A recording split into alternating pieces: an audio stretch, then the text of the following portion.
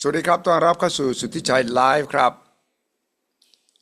White Lotus ซีรีส์ทาง HBO Max ที่ถ่ายทำในประเทศไทย8 ตอนจบไปเมื่อวานนี้แต่ยังดูสตรีมมิ่งได้ย้อนหลังได้ตลอดนะครับ1 ถึง 8จบลงด้วยความฮือฮาพอสมควรเพราะว่ามีคนดูของฟินาเล่หรือตอนสุดท้ายที่จบลงด้วยความตื่นเต้นเร้าใจมีฉากยิงกันตายมีฉากความเศร้าโศกเสียใจมีฉากจบสำหรับบางครอบครัวบางตัวละครที่เกินความคาดหมายด้วยฝีมือของการเขียนบทกำกับตัดต่อของไมค์ไวท์นี่แหละครับไมค์ไวท์ที่เป็นผู้กำกับที่ได้ชื่อว่าได้รับรางวัลระดับฮอลลีวูดกันเลยทีเดียว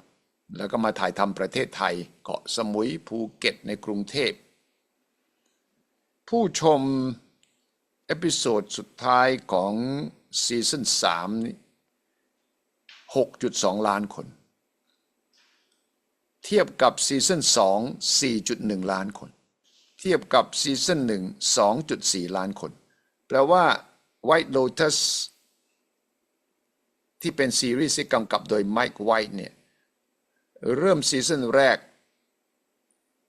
คนดูฉากสุดท้าย 2.4 ล้านพอมาซีซั่น2 4.1 ล้านซีซั่น1เนี่ยถ่ายทำที่ฮาวายซีซั่น2ถ่ายทำที่ซิซิลีอิตาลีซีซั่น3ถ่ายทำในประเทศไทยซีซั่น3จบลงด้วยคนดูสูงสุดเท่าที่เคยมีมาในซีรีส์นี้คือ 6.2 ล้านแล้วถ้าเทียบกับ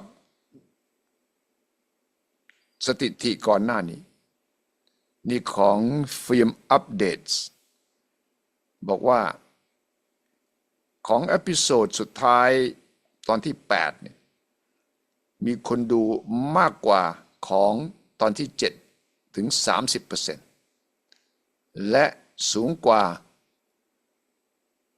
ตอนสุดท้ายของซีซั่น2ถึง 51% นี่คือตัวเลขและบอกได้ว่าเป็นหนังซีรีส์อันดับ1ใน Max ทุกสัปดาห์ตลอดซีซั่นนี้ทั้งระดับโลกและทั้งระดับในอเมริกาเองคนไทยจำนวนไม่น้อยก็ติดตามเรื่องนี้ค่อนข้างที่จะใกล้ชิดฮือฮาเพราะว่าก็มีซูเปอร์สตาร์อย่างลิซ่าเป็นหนึ่งในตัวละครด้วยแล้วก็นอกนั้นก็มีคนไทยที่ร่วมแสดงหลายคนรวมทั้งครูเล็กคุณภัทรวดีมีชูทนดอนเหตุกูลแล้วก็คุณเทมซึ่งก็เป็นซีรีส์ที่มีภาพอันสวยงามธรรมชาติของเกาะสมุยภูเก็ตมีฉากต่างๆมีเรื่องซอฟต์พาวเวอร์ของไทยมากมายนอกจากเรื่องท่องเที่ยวก็มีมวยไทยมีการนวดมีเวลเนสมีฉากแม้กระทั่งเยาวราชฉากการท่องเที่ยวมากมายหลายอย่างมีบางคนก็บอกเจาะเข้าไปถึงด้านมุมมืดมุมสว่างของไทยในทุกๆด้านวันนี้ผมก็เลยชวนไมค์ไวท์ผู้กำกับกับครูเล็กมานั่งคุยกันหน่อยว่าไมค์ไวท์นี่เบื้องหลังเป็นยังไงทำอะไรบ้างมีบทเรียนอะไรและสิ่งที่ต้องการที่จะสะท้อนมันมีทั้งเรื่องศาสนาพุทธมีทั้งเรื่องกิเลสมีเรื่องของความทุกข์เรื่องของอนัตตาทุกขังอนิจจังอนัตตาซ่อนไว้ในตัวละครและบทสนทนามากมายหลายอย่างอยากให้ไปฟังครับว่าผมพูดคุยกับไมค์ไวท์และก็ครูเล็กว่าอย่างไรจะ ปล่อยธรรมชาติเป็นภาษาอังกฤษส่วนใหญ่นะครับเพียงแต่ว่าอยากจะให้รู้ว่าบรรยากาศสนทนาซักถามคุยกันอย่างกันเองระหว่างผมกับไมค์ไวท์แล้วก็ครูเล็กเบื้องหลังของ White Lotus ผลสำหรับประเทศไทยสำหรับชาวโลกและทำไมจึงมีคนดูกันท่วมท้นล้นหลามอย่างนั้นวันนี้วันพิเศษหลังจากที่เอพิโซดสุดท้ายเอพิโซดที่8ของ The White Lotus จบสิ้นไปท่ามกลางความตื่นตาตื่นใจของทั้งโลกและทำสถิติเลยนะครับมีคนดู 6.2 ล้านเทียบกันกับซีซั่น1 2นี่เขาบอกว่าโอ้เหลือเชื่อเลยครับเพราะว่าตัวเลขบอกว่านี่ผมเพิ่งเห็นรายงานล่าสุดจากวงการของฮอลลีวูดนักข่าวของเขานะครับบอกว่าซีซั่นที่1เนี่ย 2.4 ล้านซีซั่น2 4.1 ล้านซีซั่น3จบเมื่อวานนี้ 6.2 ล้านเลยครับและวันนี้คุยกับไมค์ไวท์ผู้กำกับคนที่สร้างเรื่องนี้และครูเล็กครับคุณภัทรวดีมีชูทนสวัสดีครับสวัสดีไมค์สวัสดีค่ะสวัสดีครับสวัสดีครับครูเล็กครับ so first congratulations Mike were you surprised yourself at the number of viewers with the last episode Well, congratulations to us all. You got both you and Krulek are members of our White Lotus family, so a win for me is a win for the show and a win for all of us. So congrats to you. I was very the show is you never know if people will show up and when they do, it's amazing, especially in this media landscape where everything is kind of balkanized and atomized, and people find things through, YouTube or their phone, and so to have something that is, at least here, I don't know in Thailand, but in America, everybody would watch every week and they would talk with their friends and they would have parties and so having something that brings everyone together to talk about is exciting as a creator, obviously. I was quite amused by some of the comments. He said, Mike White killed Chelsea. He will have to pay for it. Yeah. They get so much, involved in the plot, right? I feel like to me, that's always a good sign, if they care enough to get outraged. I think last year we killed Jennifer Coolidge, who was this heroine of the show in some ways. And so, I think it's part of the DNA of the show to sometimes kill your darlings. Yeah, that was deliberate on your part, right? Well, I thought it would be interesting to do a story like a true, there's not a lot of romance in the show, and have a romantic couple that you really realize are destined to be together, but they really are going to be together in death, and so maybe kill them both together, and then somehow there's a little bittersweet lining there because their fates will continue on. I see. And Kulek, you were in the finale. You were very angry. She was amazing. She was amazing. Huh? The one who ordered to kill. Right. Kill, right? It's Thai woman, It's very nice, so they can be fierce. Yeah. And it's not in her character. Well, you notice the ending when I drove out with Kaitop, the bodyguard. I have a little smile on my face. I saw that. Sort of relieved, right?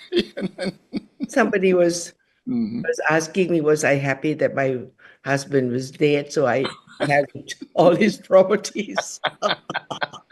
Yeah, there was a hidden message there. So, Mike, what do you think was the real, or the combination of reasons that this particular season was so popular? I think maybe because the show had already made a lot of inroads into the culture, so people already know the brand in a way. Yep. And then I think I don't know. I just think this, I think it's. I honestly, I don't know. I just think that by the end, in the last few years, I think more people have caught up with the earlier seasons, whether they watch it on a plane or they watch it when they're streaming or whatever. And so there's an audience is built.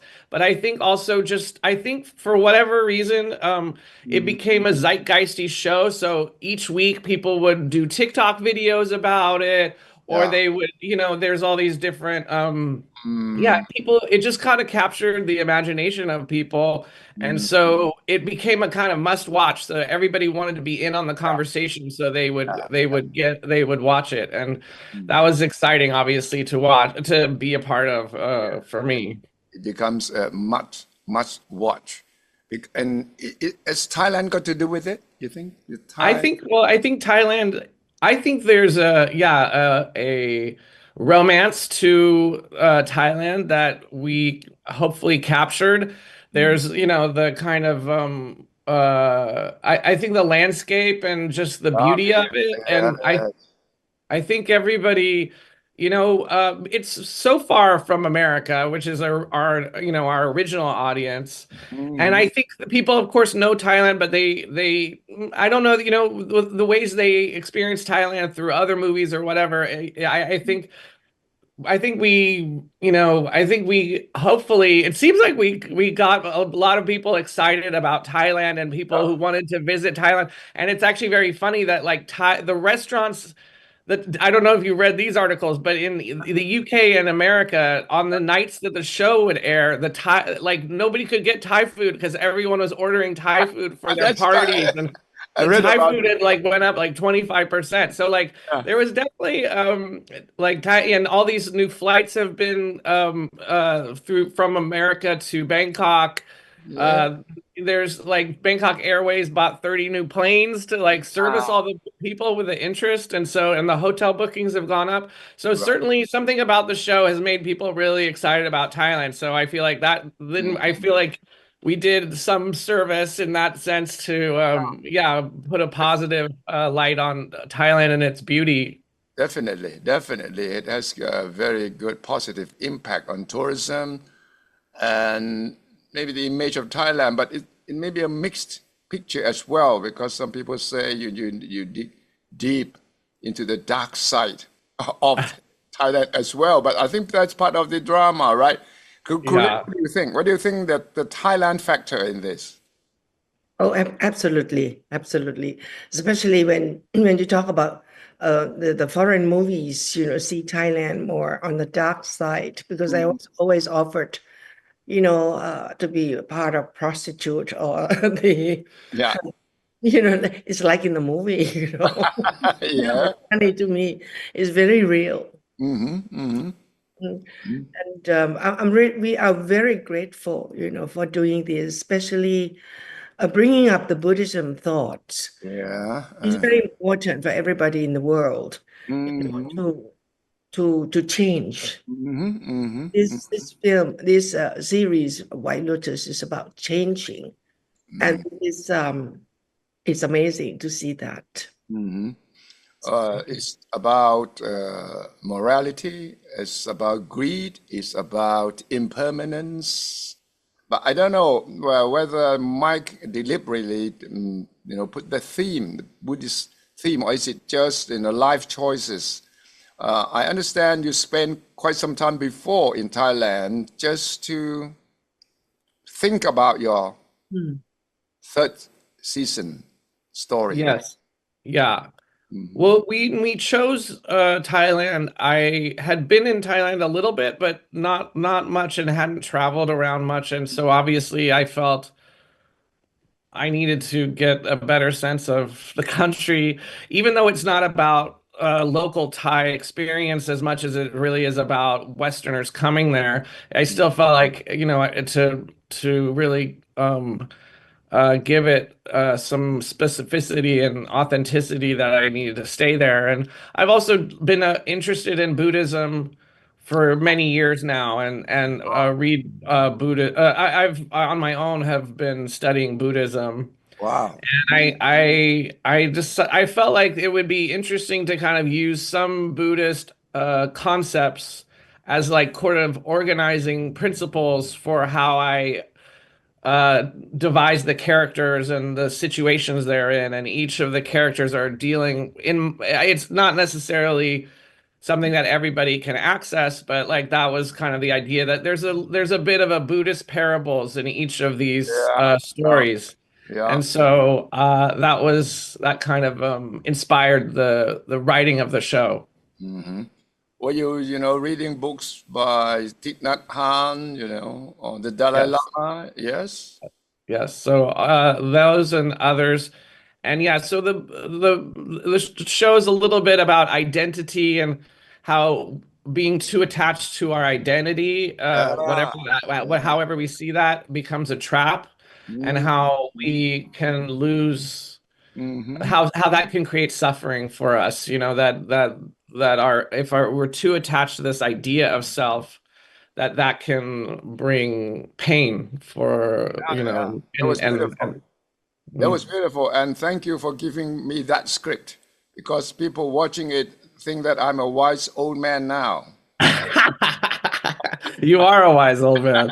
You're not that old, but you're definitely wise. I love to ask, how did you choose Kun Suthichai? This is it's amazing to us. Did you know him? Well, Non, our casting director, and Bird, she introduced me to both of you, and I didn't know that Suthichai had this illustrious career. His audition was perfect, and we'd seen a lot of people, and then when I mentioned that your reading was so great. Then I learned that you have this, that you're quite famous in Thailand and beyond, and so that was exciting to me, because it felt, and I also feel this is true about you too, Krulek, obviously. Oh yeah, Krulek. I understand that she was hunted down at Hoi Hin. Yes. But it felt like it would be cool to involve people who are in the Thai cast, who as Lisa as well, people that are great ambassadors to the country, as well as great performers for the show. So we were very lucky to get you both to lend your talents and faces. Oh, it was a great learning opportunity for me, and for Kulek, she was a professional. I never acted before, so I was quite interested in proving that on TV I could also maybe learn how to act in a movie. You were great. You were a natural. You were amazing. Kulek was great, right? Kulek, how you said in the beginning when you saw the script first, you thought of saying no, right? Well, I didn't see the script first, but as my experience, I was always offered a part being prostitute. but not this one. No. But this one, I was told about the story, and and after I met with Mike, to me, I mean the part is interesting, and frankly, I'm a teacher. I see people through their eyes. I thought, oh, he's a good man. He wouldn't ruin my life. You mean you looked at Mike and you said he's a good man, he wouldn't ruin your life, right? And I hope not. it was really, to me, I thought this is Buddhism, and this is Buddhism teaching through movies and television.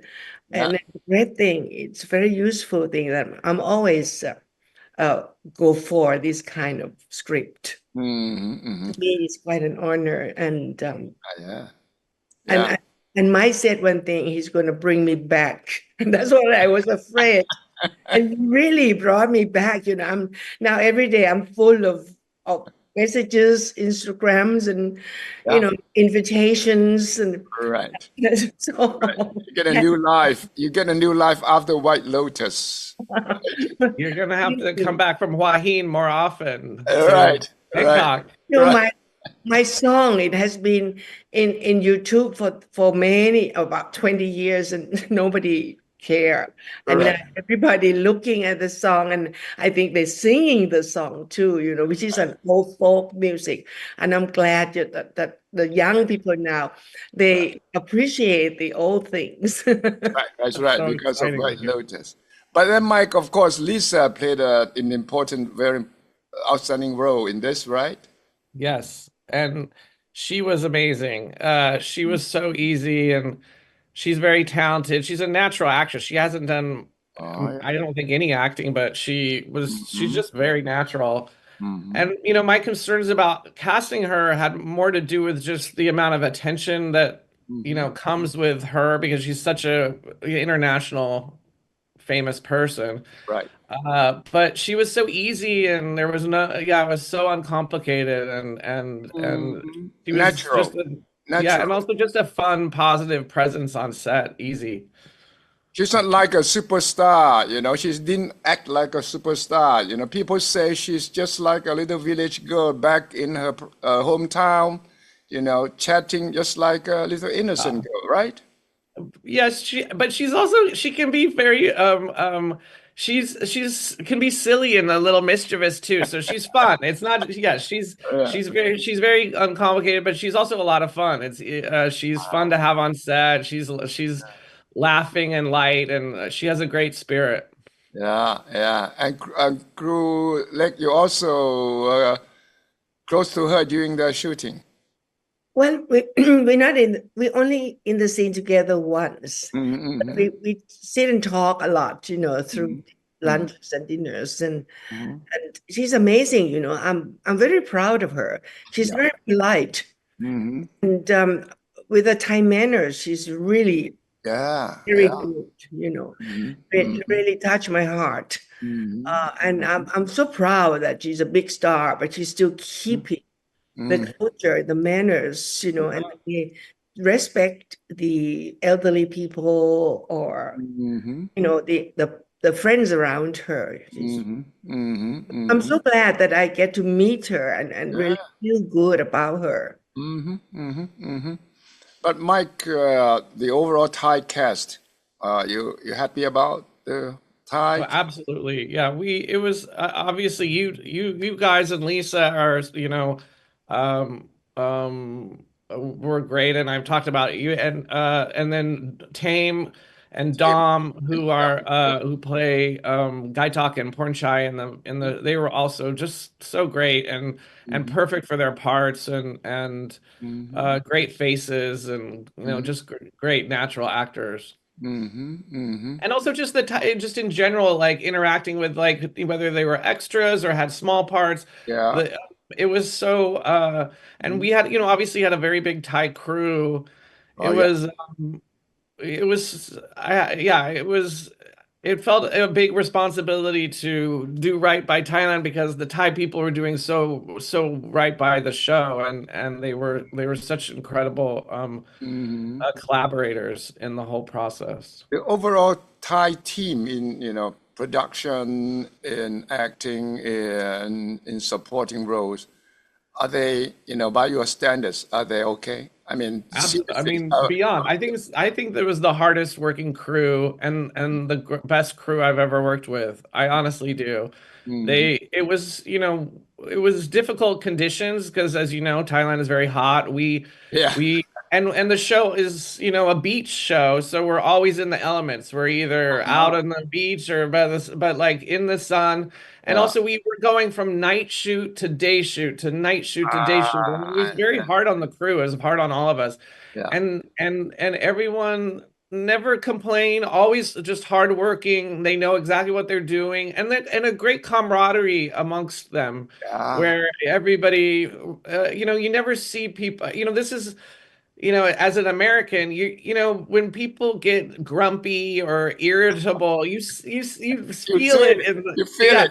I feel like the Thai, I think it's in the culture that like, there's not I think people are very reluctant to show their Yeah, frustration, their anger. yeah. And so it really does create a different kind of vibe amongst the crew and just our general group Mm, when you look at you're in these difficult conditions and everyone's pretty stoic and they're just taking it in a way that feels like, okay, if mm. they can handle this, I can handle it too. If they're gonna be Yeah, strong, yeah. I will be strong too.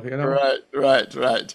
Yeah, Krulek, your contacts with the, White Lotus crew, apart from the Thai, because your involvement with the overall team, all the way from Mike White to the other producers and the other actors and actresses, how was your experience different from your previous encounters? Well, I was at first very scared of the Hollywood crew team, you know. Yeah. So, but they're very friendly. You know, they ask me questions and we talk about all kind of things. But amazing thing that I learned, in the green room, Yeah, the room where we rest yeah. during shooting, that they they are not silly people, they talk about books that they read. Yes. And Kun Scott Glenn was practicing his martial arts to keep fit. And and he was asking me why should I learn about martial art in Thailand and things like that. And I thought, my gosh, he's 80, and he Yeah. doesn't stop learning or practicing. He's so professional, and he keeps to be professional. And we should be like that. We should Right. keep being professional until we die.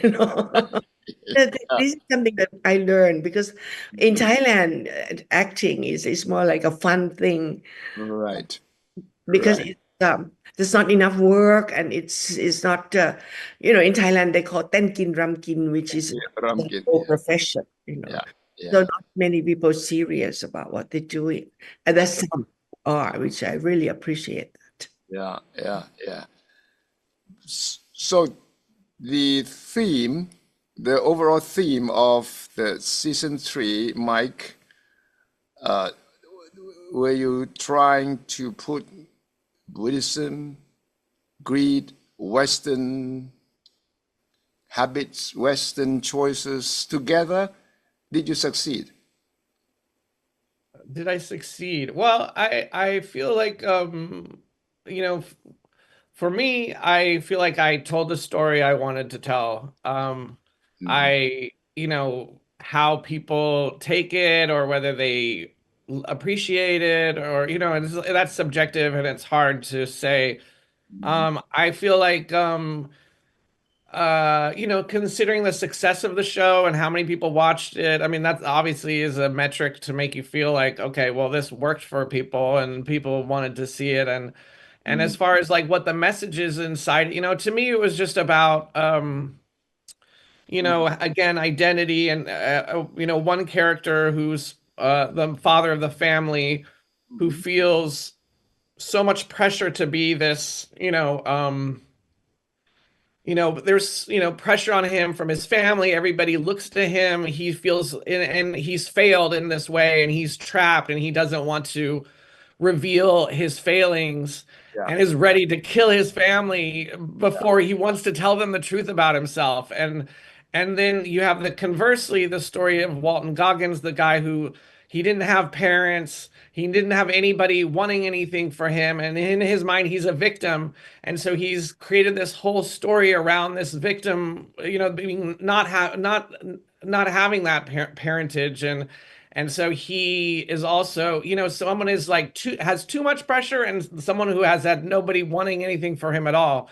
And just I thought it would be interesting to, show how they're both trapped in this attachment to identity. And then the women as well are always comparing themselves to each other and how they're also just constantly you know, kind of oppressed by their thinking about themselves as they compare themselves to their friends. So those were some of the ideas underneath it, and this kind of Buddhist idea of like detaching from self as a way to get out of this sort of cycle of suffering, and some of them have tragic ends, and some of them don't, and some of them, you know, come, you know, like grow and change, as Krulek said. Well, I like the line that says we hold that the thought that it's talking about, we hold power instead of softness, you know. It's really very globalized. A lot of leaders, or even us, we hold power instead of being kind. We solve problems by using power instead of being kind. So I think this thought of this White Lotus really touched the heart of many people, and it's a good thing that you don't give the clue how Redcliffe gonna solve the problem. You leave it to the people to imagine. Yeah. So we talk about how he's going to get out of his situation, you know, how he's going to tell his children. So it will be the next episode, maybe. So, Mike, you call this satire, or is it comedy, or, you know, together? I feel like there's obviously some satirical parts to it, but this one I feel like is it was more of a I saw it as like like they're kind of Buddhist parables. Okay. And then I've, you know, obviously injected some humor into it, because I think in life people are funny and serious. You know, I try to like make it lively, and but it's a little more serious than I think the other seasons, as far as what it's trying to talk about in a way. And I think that yeah, so I think I think that like this last episode, I could tell that people were, it was heavier and kind of more yeah, like more of a punch to the gut than some of the other two seasons, at least. Yeah, I think it's a punch in the gut. Yeah, it's obvious because very few viewers expected the ending to be so dramatic, so hot, and unexpected. But it's beautiful, you know, the way she died, Chelsea. It's Yeah, peaceful, and it just so, you know, it's a different kind of acting that we usually see when people die. yeah. Peaceful when she died, and that really beautiful acting. And Yeah. it was part of the yin yang parable, right, Mike? Yin yang, when you see the bodies, one up Oh facing yeah, the other side exactly. out, right? Yes. Yeah, beautiful too. Well, they are very yin yang, the Yeah. two of them as a couple. So everything very symbolic, you know. So every shot, every the thing about the three monkeys and the three children, it's just beautiful. It's a great writer. I really have to praise you. Thank And you. I'm so glad, you know, I'm part of this, because I learned so much, you know, especially from your directing. And I'm using that now in my work now, and it Oh wow, works very well, you know. that's such a Before we compliment. rehearse, but now I just say, do what you want, like you said to us. Now tell us, Mike, what's your directing style that Krulek so much appreciates?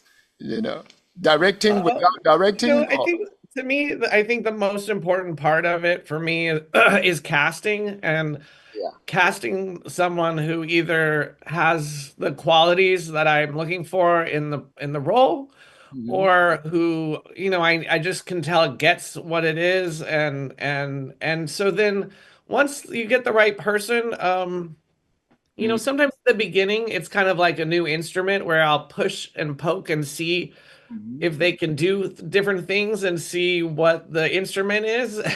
And then at some point you realize what you're working with, and then you just kind of want to lean into the qualities that you find appealing about them, or how they will work with the character. And then it's just about kind of modulating. I think with film acting, a lot of it is naturalism and making sure things feel natural, and yet getting some of the comedy or getting some of the, spikiness of the dialogue or something. So I just try to do little things, but in general, I'm trying to be an enthusiast and make people feel comfortable, and I feel like that environment allows people to be natural and be comfortable and be the thing that I'm hoping they'll be. So I'm usually just trying to keep a lighter energy and make people feel like they're comfortable on set, and so I think that leads to better performances, honestly. Cool. Usually, our impression of the director, a tough director, is screaming, shouting, showing anger, right? But Mike is not that kind of a director. No? I've never seen him angry, which is amazing. Which is good, I'm trying to be something like that myself too now. But amazing, under the pressure, the heat. I've never seen you angry or looking stressful, but you're always bubbly and giving us good, great, that kind of encouragement. That means he's good at hiding his feelings. I'm sure he gets upset, frustrated at times, or most of the times. Like I said, I'm taking my cues from the Thai crew. Yeah. What do you feel about the Thai cruise? Is there anything you would like to give us suggestion? Yeah. Be professional, and you don't have to be nice. Just say what you think of us. Honestly, I think, it's funny because as the manager, you appreciate certain qualities, but as the friend, you think maybe those things, it's like as the manager, it's great that all of the Thai crew is very, in a way, I don't know the docile, or just kind of more accepting of certain conditions. But sometimes as a friend, I'd be like, you should say you don't want to. It's like sometimes it feels like you just don't want, because you don't. It's like it's hard to know. It's hard for me as someone who's a foreigner, but who's also pretty astute at trying to gather the vibe of what's going on and how people are feeling. Sometimes it's hard to tell how they're feeling, and it's hard to know if we're pushing too much, or if it's, what I mean? Like, so that part of it, I think, is being able to voice your frustrations with a bad work environment, or being able to push yourself forward a little bit, and I think that's something that is, so it's like anything, there's the good is also mixed in with things that maybe have some problem too, which is like sometimes being too passive or being too quiet in the face of something that maybe you should say something or whatever. So that's just that to me is, it's not a criticism so much as just an observation. And I think that like someone like me benefits from everyone being a certain way, but then are they, is that okay? How is that for them? Like you wonder if that's good for them in their situation. Yeah. That's the typical Thai character. We don't express our feelings, and we don't talk about how we feel. I think it's the whole nation's like that. Yeah. Yeah, except for there's some, but if someone express too much, people don't like it. Yeah. That kind of thing. Especially adults, they don't like children to talk too much, Yeah. Which is totally different from Western culture, right? But it's it's my suggestion. Talking your feeling is good, but it's important to find words or ways of speaking nicely. And that's through reading, that's through watching good shows and good languages, read poetry or whatever. So you find nice words to talk, you know. So you can always talk about your feelings, but most Thai people, they cannot find the right words. So sometimes when they talk, it comes badly, you know, because they don't have enough vocabularies. Maybe to express the real feelings. Well, what have you learned about Thailand and about the whole experience this time, Mike? You spent how many months shooting? 8 months? We were shooting for 7 months, I think 7 months, Yes. but then prepping for months, and I was there writing for months. So I was pretty much there for a year and a half over a span of 2 years about a year and a half, over a year, definitely. It's a beautiful place. I'm so excited. I feel so lucky to have had this experience. And to, when you go and you visit and you're on vacation, you don't really you don't really absorb the culture in the same way as like something like this, where you really are collaborating with Thai people and really living there and very immersed in it. And I have to say it's a place I feel like I feel drawn to come back, and I feel like I've made friends that I want to stay in touch with. And I feel like I just feel like I learned a lot from the Thai culture and the Thai people, and it's a magical place, and I think that it's exciting for me to feel like I've done some small part in putting attention to it with people that may not have thought about Thailand or considered it. And I know when the earthquake happened a few weeks ago, it was like I was like, oh, I really am connected to Thailand, because I was like, it felt like something that had happened not to me, but like where it hits close to home. You wonder about the people there, like what happened, and it's like those places, and so it becomes it's part of you. A lot of people, settle down in Phuket, in Samui, and work out of, the Yeah. island.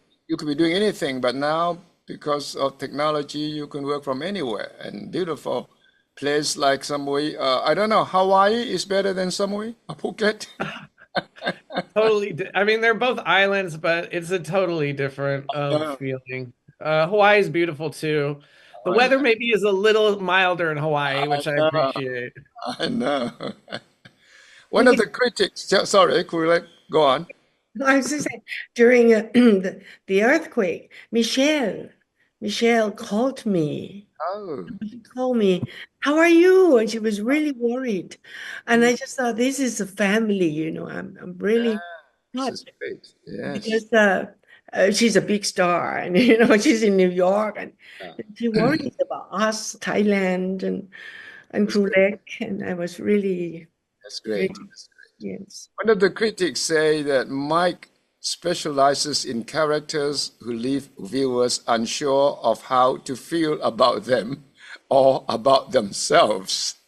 And that with White Lotus, he has found a way to provide plenty of pleasure along with the pain, both a social satire and murder mystery. Do you agree with that assessment, Mike? Yeah. It's fun to show, both different sides of people, and they're not all good or they're bad. They're mixed up, And in the end, the finale, what do you want the viewers to feel? I'm sure a lot of mixed feelings. Why is this person dead, and why is this person still alive? What is the reason behind it? Is it fair? Is it destiny? What kind of feelings do you think viewers will have? Well, you want to have a visceral, emotional reaction, obviously. to the deaths, and then to, some of the resolutions. It's not just one idea that I'm trying to get across. It's just, in a way, I think, for me, I feel like the audience that comes and doesn't think about it in literal terms, that these are literal people, that there is this kind of idea of a way into, concepts and ideas, that like these characters are all of us. We're all of these people. We all are, we have a little bit of each of these people in us. And that so that there's this kind of, I think with this one, like this idea of a parable, so that some things are a little more vague on purpose so that you can kind of enter it, and it's not just a concrete character. It's a portal to thinking about ideas and situations and how we are, as people. Great. And you achieved your objective, I think. I mean, I'm happy with it. Again, it's everybody's going to have a different opinion, and some people are mad about the ending. Some people loved it. Some people, there's this, once it starts, once 20 million people watch it, you're gonna get a lot of different reactions. But the fact that we got such a big amount of interest is satisfying. A negative reaction is better than no reaction, right? Well, I don't know about that. I definitely better to them to watch, even if they're like unhappy with some element, than to not watch at all. That's for sure. Another thing I like to ask, how do you get all those Thai songs? Thai songs. Episodes. I mean, they're very well chosen, we must say. And Oh, well, thank you. A lot of it is we have a music supervisor and editors and Coon Bird. Like there was we got a sort of library of different Thai music and kept trying things, and it was a process. But I'm glad you liked them. Oh yeah, most Thai viewers liked it very much and thought it was a very we laugh when we we all laugh because for the songs we never thought that it would be suitable for something like this, but it is, So everything is good. So, because some of the songs are very up country and not many people listen to it, only in some groups. But it's just amazing that it's well, it's well kind of mixed, with the modern thoughts, the Western world. It's very well chosen. Yeah, I saw a lot of people who said, "Hey, how did they pick all those songs?" Because they were, classic, and they were up country folk songs, and really hit the feelings. Yeah. But the Thai dialogue between Muk and Kai Tok. Kai Tok, how did you produce it? You wrote it in English originally, got someone to translate it? And yes, I had a producer who is Thai, Kun Bird, and she worked with me with the translations. And then when we got actors like Krulek, I tried to encourage them to, if they had adjustments they felt that they seemed more authentic to their character, to go and adjust the dialogue accordingly. So I was obviously, I don't speak Thai, and I wanted to make sure that it felt as real as it could be, considering that it's hard for me to judge. It was very good. It was, typical of young couple chatting, teasing each other. Krulek, the way Lisa acted, was that her normal style, or did she really act a different girl? The way she spoke to Kai Tok, in Thai we would say, น่ารัก นิ่ม Is that her character, real character? this is very natural. The way she speaks is like the way the modern young generation nowadays. Yeah, that was what I wanted to know, whether she is like that in her natural way, and a different kind of person in her acting role. I think she didn't act, it's just her natural. You know, Oh. young people speak like that. No. And Yeah. at first, you know, it's really for elocution is not the best, but it's cute and it's nowadays people talk like that. Yeah. So it's just like, okay, you know, it's good because she doesn't have to speak perfectly, you know, like us old people. You know, that it shows the generation now how we are nowadays. So I think this is perfect. I was impressed because she was acting as if she was not a superstar. She was just a village girl, you know, falling in love, or, you know, not quite sure whether she liked the boy, but then she was a little bit critical of his cowardice, so to say. She didn't want to shoot, you know, and you know that you're a man, you have to shoot, you know.